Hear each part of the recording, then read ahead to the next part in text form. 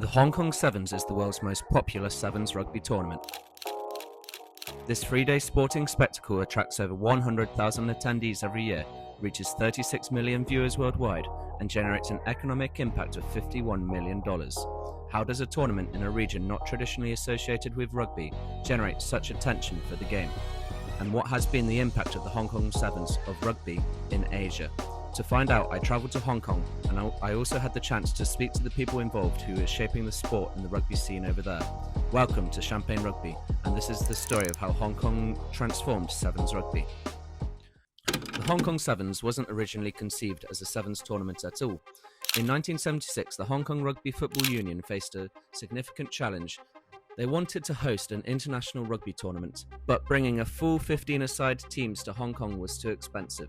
Each team would require at least 22 players plus coaching staff, nearly 30 people per delegation, creating a logistical and financial nightmare for a small rugby union.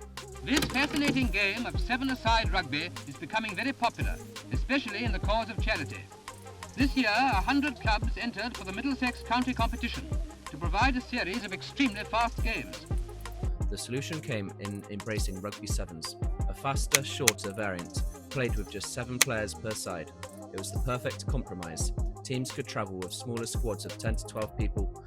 Games could be competed in 14 minutes, and multiple matches could be played in a single day. Though the format had existed since 1883 in Scotland, it remained a niche variant of the sport, primarily played at local festivals. The organisers initially invited teams from across Asia and the South Pacific. The first tournament was a modest single-day event featuring just 12 teams and 3,000 spectators. New Zealand claimed the first title, while Hong Kong won the plate competition. This humble beginning stood in a stark contrast to its future significance. The tournament would soon become rugby's most influential experiment, transforming both the territory's sporting landscape and global rugby's future. The transformation of the Hong Kong Sevens from local curiosity to global phenomenon was remarkably rapid. By 1982, with 16 teams participating, the tournament had outgrown its original venue at the Hong Kong Football Club Stadium and moved to the Hong Kong Stadium to accommodate growing crowds. By 1990, the event had expanded to 24 teams and 25,000 spectators, necessitating a 2-day format. In 1994, the stadium underwent a complete renovation with the Hong Kong Sevens as its anchor tenant and primary justification for the investment. That same year saw an unheralded 18-year-old Jonah Lomu debut for the New Zealand Rugby Sevens team. Lomu left Hong Kong a star, winning the Leslie Williams Best and Fairest Award, and would soon become the youngest ever New Zealand All Black. The tournament continued to grow in prominence through milestone years. 1995 marked the 20th anniversary and England's first official national team debut. 1998 saw the first tournament after Hong Kong's handover to China, and in 1999, World Rugby founded the international circuit-based Sevens Championship, the World Sevens Series, acknowledging Hong Kong's formative role in the development of Sevens worldwide. By the 2000s, the Hong Kong Sevens had fully established itself as a premier rugby tournament, drawing teams and spectators from across the globe. The evolution from a small local event to an international sporting phenomenon happened in just over 2 decades, a testament to the tournament's unique appeal and significance. But what makes it so special? What truly distinguishes the Hong Kong Sevens is its carnival atmosphere.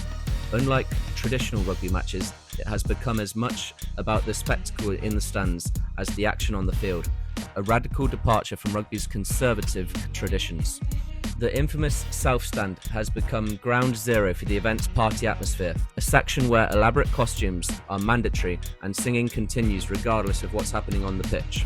The South Stand experience has been compared to a 3-day musical festival crossed with a sporting event.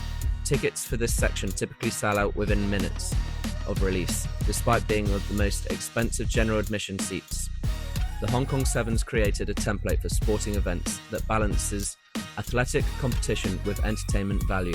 It demonstrated that rugby could be accessible, fast-paced and spectator-friendly while maintaining the sport's core values. This winning formula, combining world-class competition with an immersive festival experience, has been widely imitated but never quite duplicated. The Hong Kong Sevens didn't just grow, it fundamentally altered rugby's global development path and strategic vision. From 1976 to 2023, the number of nations playing competitive Sevens rugby increased from fewer than 20 to over 100 countries. Countries with no traditional rugby background and discovered Sevens as their entry point to the sport. The impact was particularly significant in regions where the complexities and physical requirements of 15s rugby presented barriers to entry. The Hong Kong Sevens provided the blueprint for what became the HSBC World Rugby Sevens series. In 2009, Rugby Sevens was granted Olympic status by the International Olympic Committee, a development that simply wouldn't have happened without Hong Kong's early success.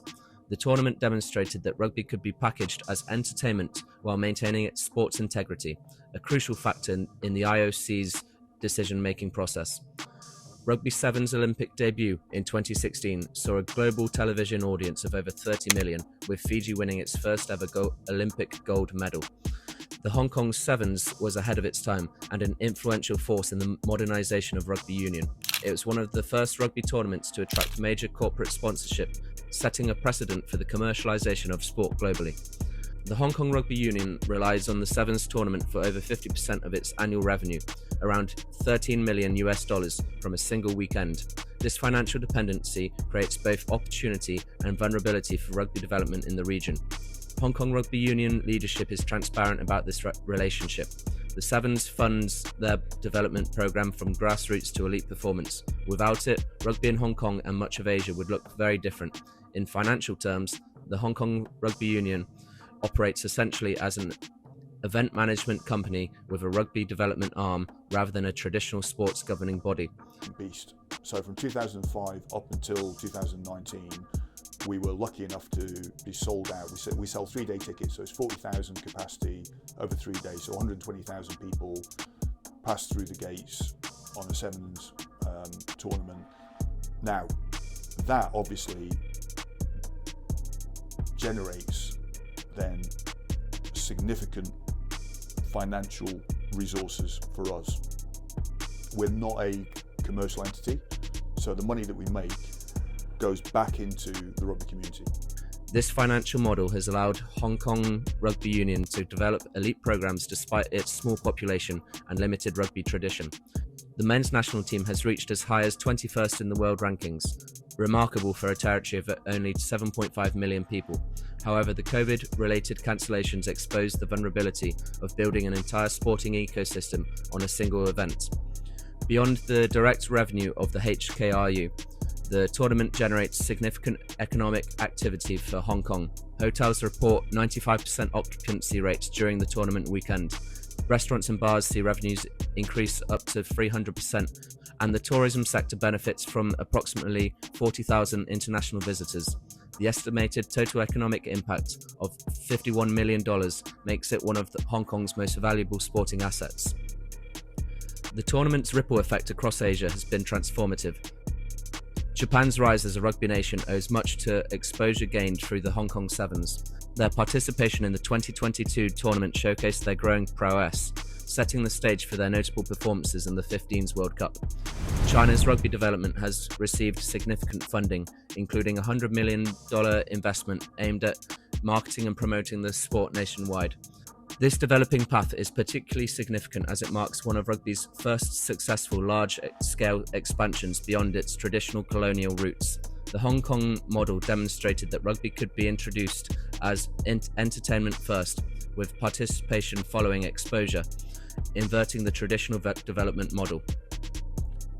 In 2025, the Hong Kong Sevens will be moving to the newly built Kai Tak Stadium with its retraceable roof, configurable seating and adaptable pitch, which will be sorted in the neighbouring mainland Chinese city of Shenzhen when not in use.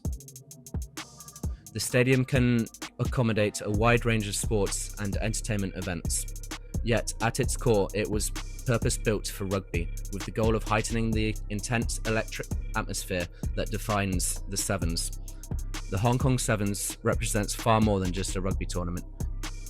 It's a case study in how a sporting event can transform a game globally, build bridges across cultures, and create a lasting economic impact. From its humble origins and as a pragmatic solution to logistical challenges, It has grown into one of the most influential sporting events in Asia and a cornerstone of rugby's global expansion strategy. If you've enjoyed this deep dive into Hong Kong Sevens and its monumental impact on rugby, don't forget to like, share and subscribe to Champagne Rugby for more deep dives on the stories shaping the world of rugby. Join us as we explore the stories that shape the world of rugby.